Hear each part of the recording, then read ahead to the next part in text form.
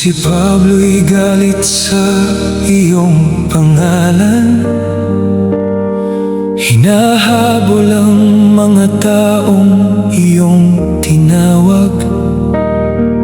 Ngunit sa daan patungong Damasco, iyong liwanag ang kanyang nasilayan. Bumagsak siya at narinig ang tinig,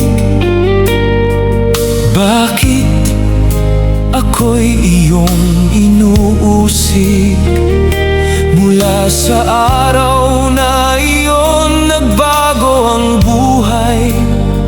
Ang dating mang-uusig naging lingkod mong tunay.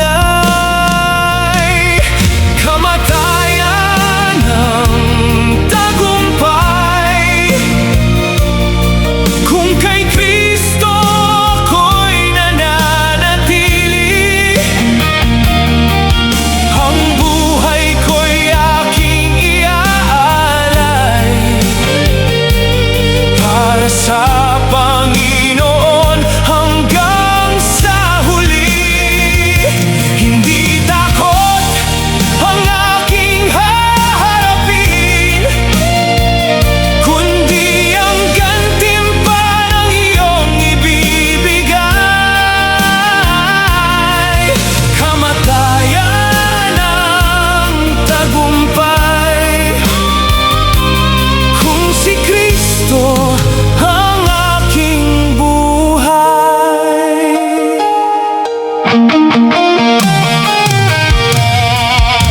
Maraming hampas, bilangguan at hirap, maraming gabi na luha ang kausap. Ngunit hindi niya iniwan ang tawag, ang mabuting balita'y kanyang ipinangaral.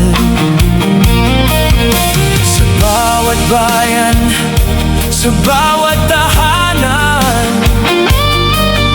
si Kristo ang kanyang ipinakilala. Kahit ang buhay ay unti-unting nauubos, ang pananampalataya ay hindi niya tinapos. Kamatayan ang tagumpay, kung kay Kristo ako'y nananatili. Ang buhay ko'y aking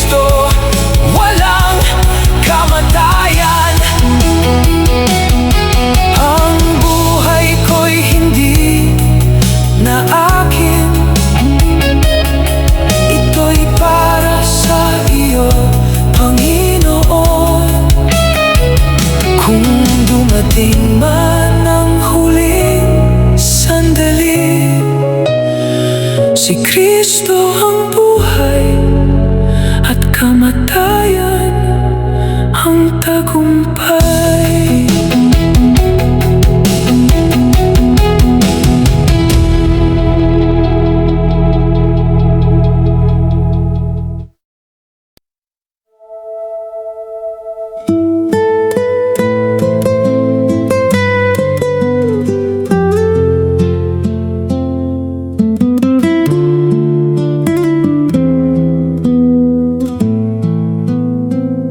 Sinabi ni Pedro sa kanyang Panginoon, hindi ako karapat-dapat sa kamatayan mo. Kung si Jesus ay ipinako sa krus para sa mundo, ako'y lingkod lamang, di karapat-dapat sa ganong parangal mo. Kaya nang dumating ang oras ng kanyang wakas, hindi niya hiniling ang kamatayan na tulad kay Jesus, kundi sinabi, Panginoon, ako'y makasalanan, ibitay ninyo ako ng nakatiwarik. Sapagkat hindi ako karapat-dapat na mamatay tulad ng aking Panginoon. Kung ang krus niya'y sukdulang sakripisyo, bakit ang paglilingkod ko'y hanggang salita lamang?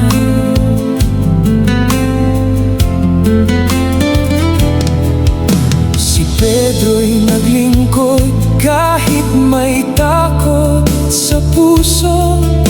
Iniwan ang lahat upang sumunod sa iyo.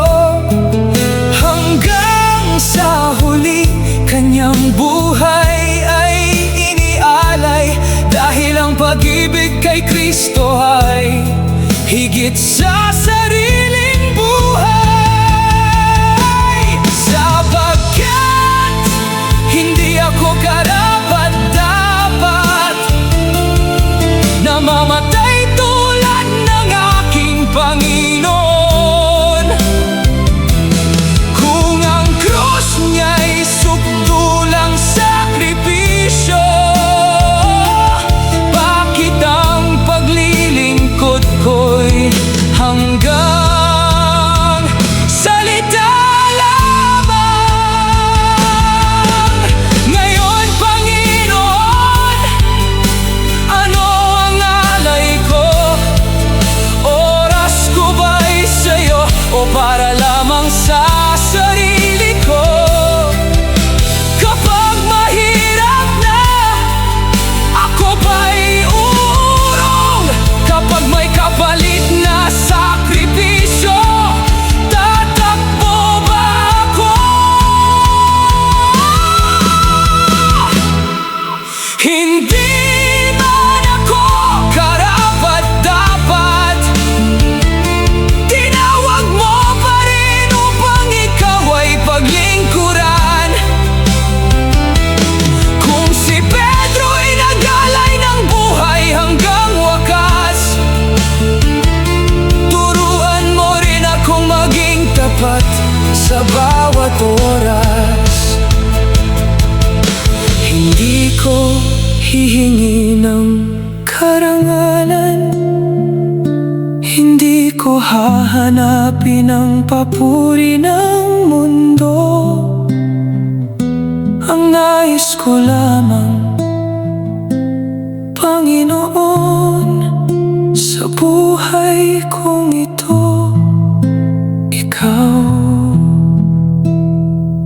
ang paglingkuran ko.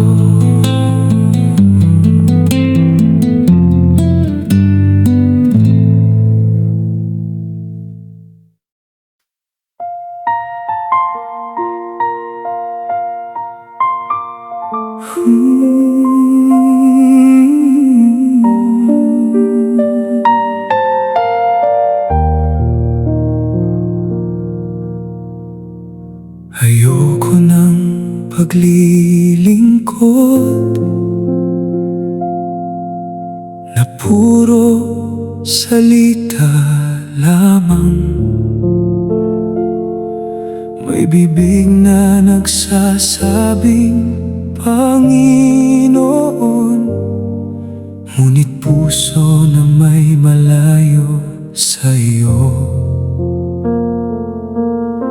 Hindi sapat ang aking kamay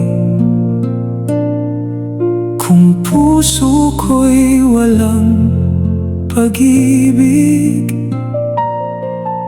Hindi sapat ang aking awit kung buhay ko'y ayaw sumunod. Suntok sa hangin ang paglilingkod kung walang pusong tunay na nagmamahal. Suntok sa hangin ang bawat ginagawa kung sariling pangalan ang nais itanghal. Panginoon, baguhin mo ako, halisin mo ang yabang sa puso ko. Ayokong maglingkod para makita ng tao. Ang nais ko'y ikaw lamang ang maparangalan.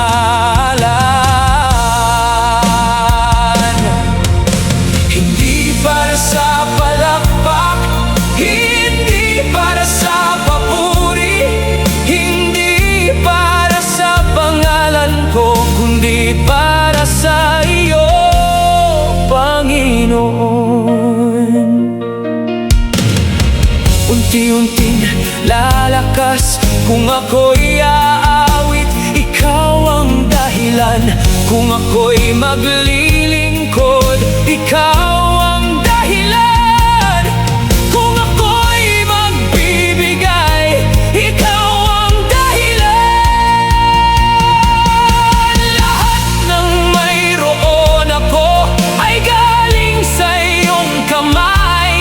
Kahit walang makakita, kahit walang pumuri, mananatili akong tapat dahil ikaw ang aking paglilingkuran. Hindi na suntok sa hangin, hindi na pagbabagit ang tao. Buong puso, buong buhay, sa iyo ko iaalay. Hindi na ako urong, hindi na ako magtatago. Ang buhay kong ito, Panginoon,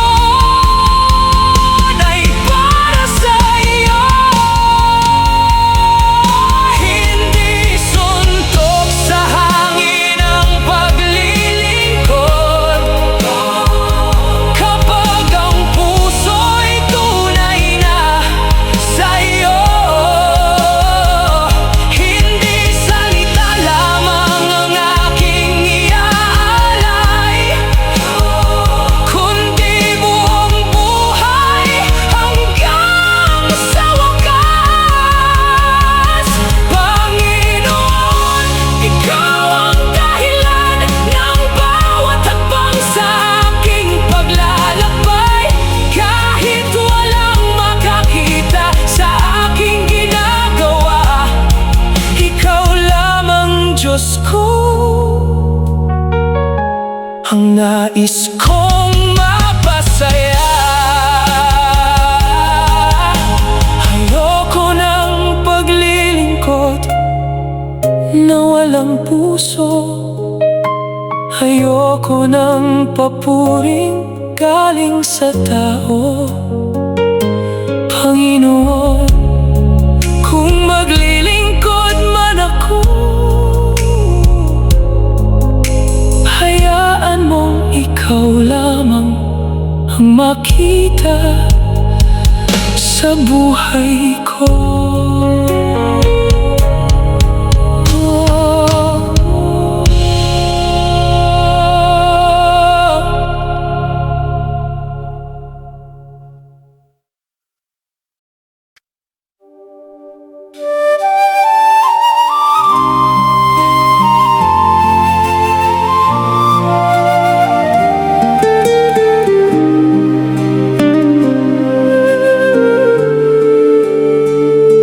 Kapangyarihan mo'y daan sa aking paglakad. Sa gitna ng dilim, ikaw ang aking tanglaw. Kapag ang mundo'y tila wala ng pag-asa, sa iyong pangalan muli akong bumabangon. Hindi sa lakas ng aking sarili, hindi sa talino, kayamanan. Kapag ikaw ang aking sandigan, walang imposible sa iyong kamay. Kapangyarihan mo'y daan, Panginoon, sa bawat pagsubok na aking haharapin. Kapag mahina, ikaw ang kalakasan. Kapag ligaw, ikaw ang aking landasin. Kapangyarihan mo'y daan, Jesus, patungo sa buhay na iyong inihanda. Kahit gaano man kahirap ang daan, sa iyong kapangyarihan ako'y magpapatuloy. Kung may unos na hahadlang sa aking landas, hindi ako matatakot, ikaw ang kasama. Kung ang pintuan ay tila nakasara, ang iyong kamay ang daan na magbubukas. Gamitin mo ako, Panginoon, para sa iyong kalooban. Hindi para sa aking pangalan, kundi para sa iyong kaluwalhatian. Ang buhay ko'y iyong gamitin, ang puso ko'y iyong baguhin hanggang sa huling hininga. Ikaw lamang ang aking paglilingkuran. Kapangyarihan mo'y daan, Panginoon, sa bawat hakbang ng aking buhay. Hindi ako uurong, hindi susuko, dahil ikaw ang aking lakas at gabay. Kapangyarihan mo'y daan, Jesus, ikaw ang pag-asa sa bawat laban. Hanggang sa wakas, ako'y maglilingkod sa iyong kapangyarihan, ako'y magtatagumpay.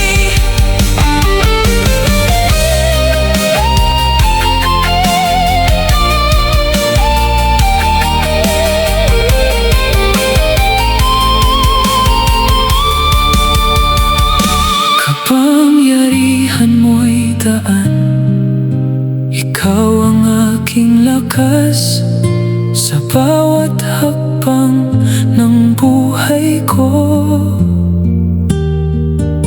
Jesus, ikaw ang aking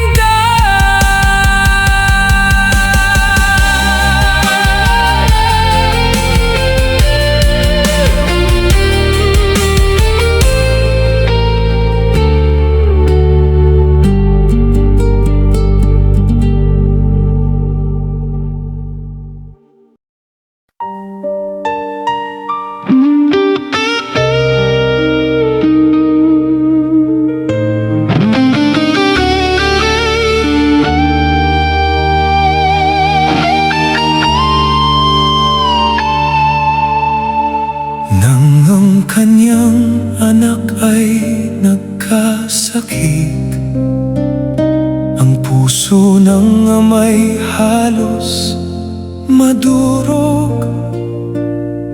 Sa Diyos siya'y lumapit, bitbit ang pananalig at pag-asa.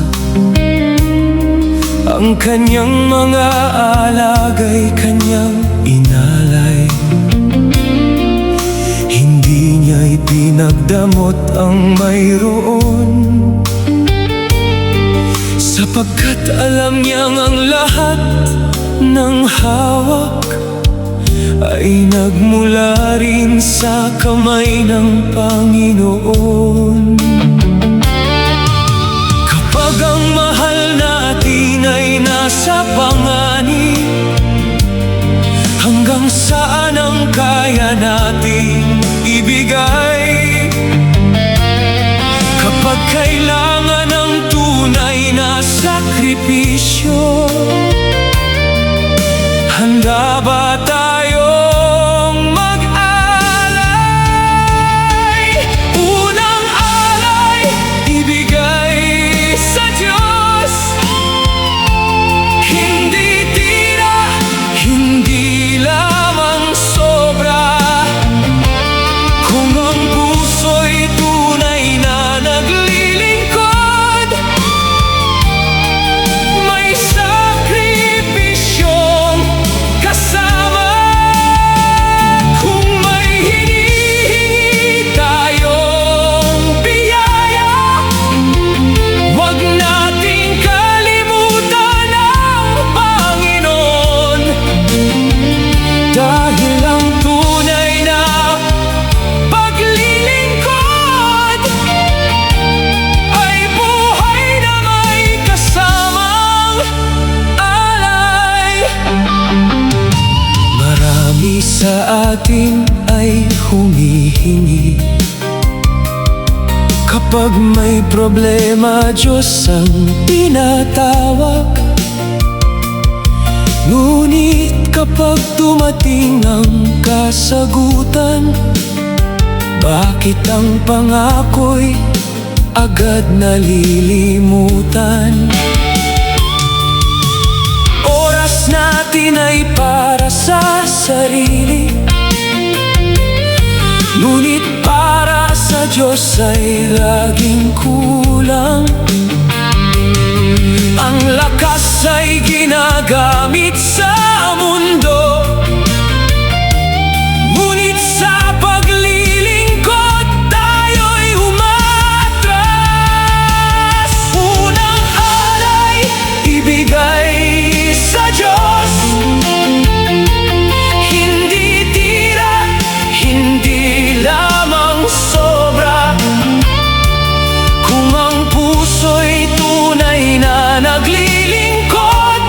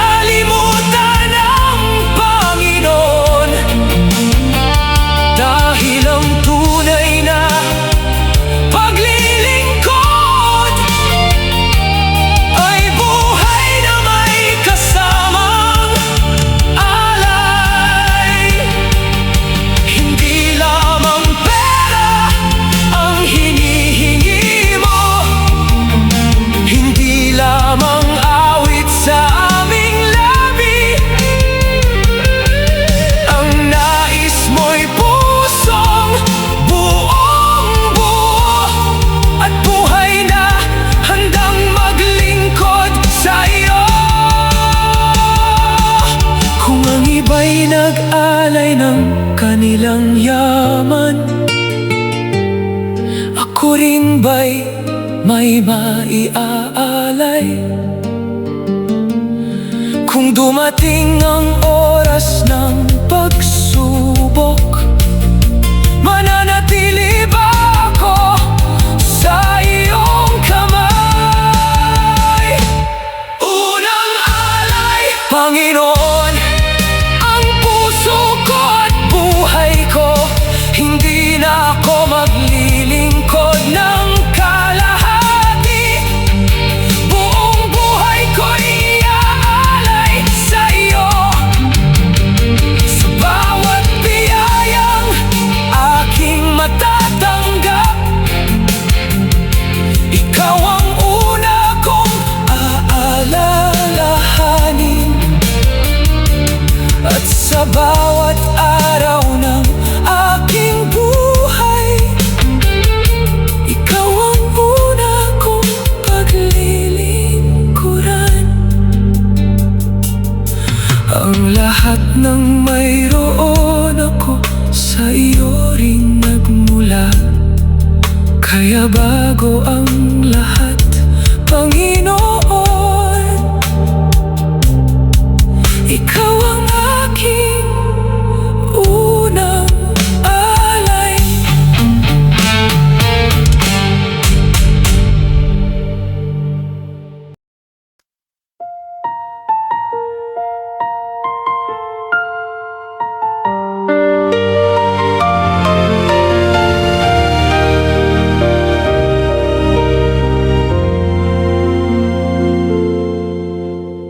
Ama, narito ang aking puso, lumalapit ng may pagpapakumbaba. Sa bawat luha at bawat hina, ikaw ang aking tanging pag-asa. Dinggin mo ang aking tinig,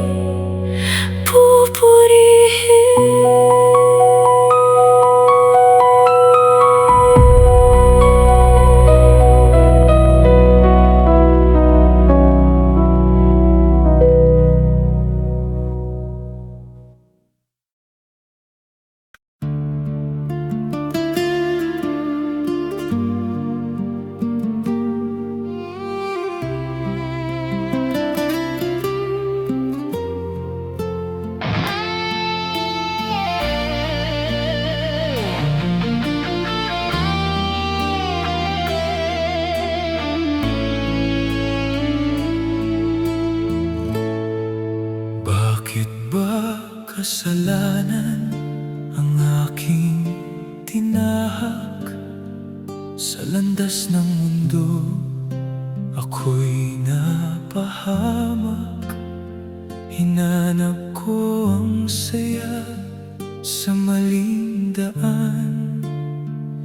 Ngunit lungkot lamang ang aking natagpuan.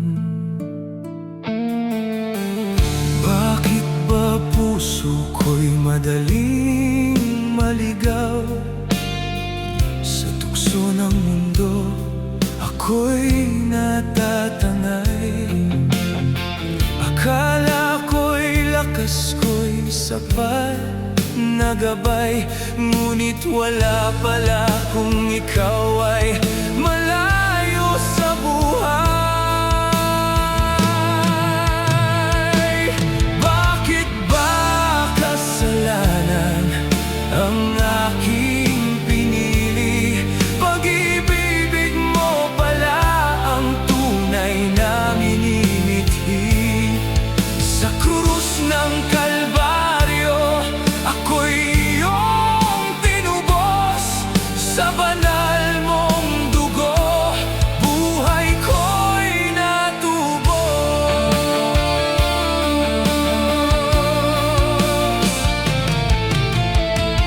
Sa aking pagluha narinig mo ang daing, pag-asa'y ibinigay sa pusong alipin. Hindi mo ako iniwan sa aking kahinaan. Sa iyong habag ako'y muling binigyan ng buhay. Walang kasalanang hindi mo kayang patawarin. Walang pusong sugatan na hindi mo kayang pagalingin. Sa iyo, Jesus, ako'y nananalig. Pag-ibig mo'y sapat magpakailanman.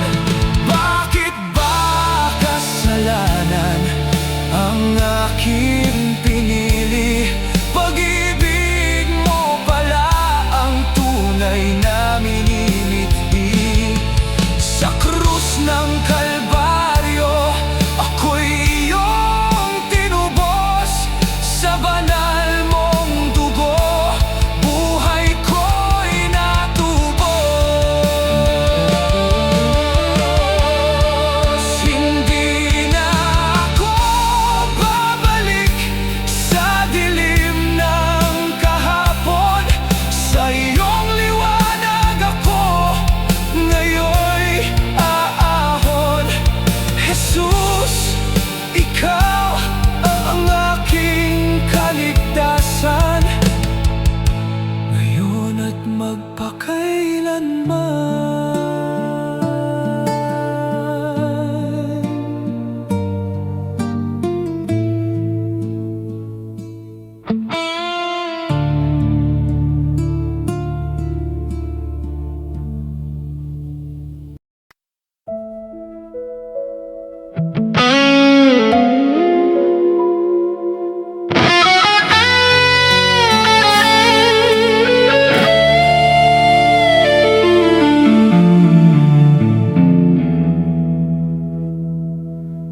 nang makita ko ang iyong pagluha, puso ko'y labis na nasaktan. Kung maaari lang sanang akuin ang sakit na iyong pasan. Ngunit may Diyos na higit na mahabagin. Alam niya ang bawat hinaing. Sa kanyang mga kamay ay may pag-asa, at hindi kanya iiwan kailanman.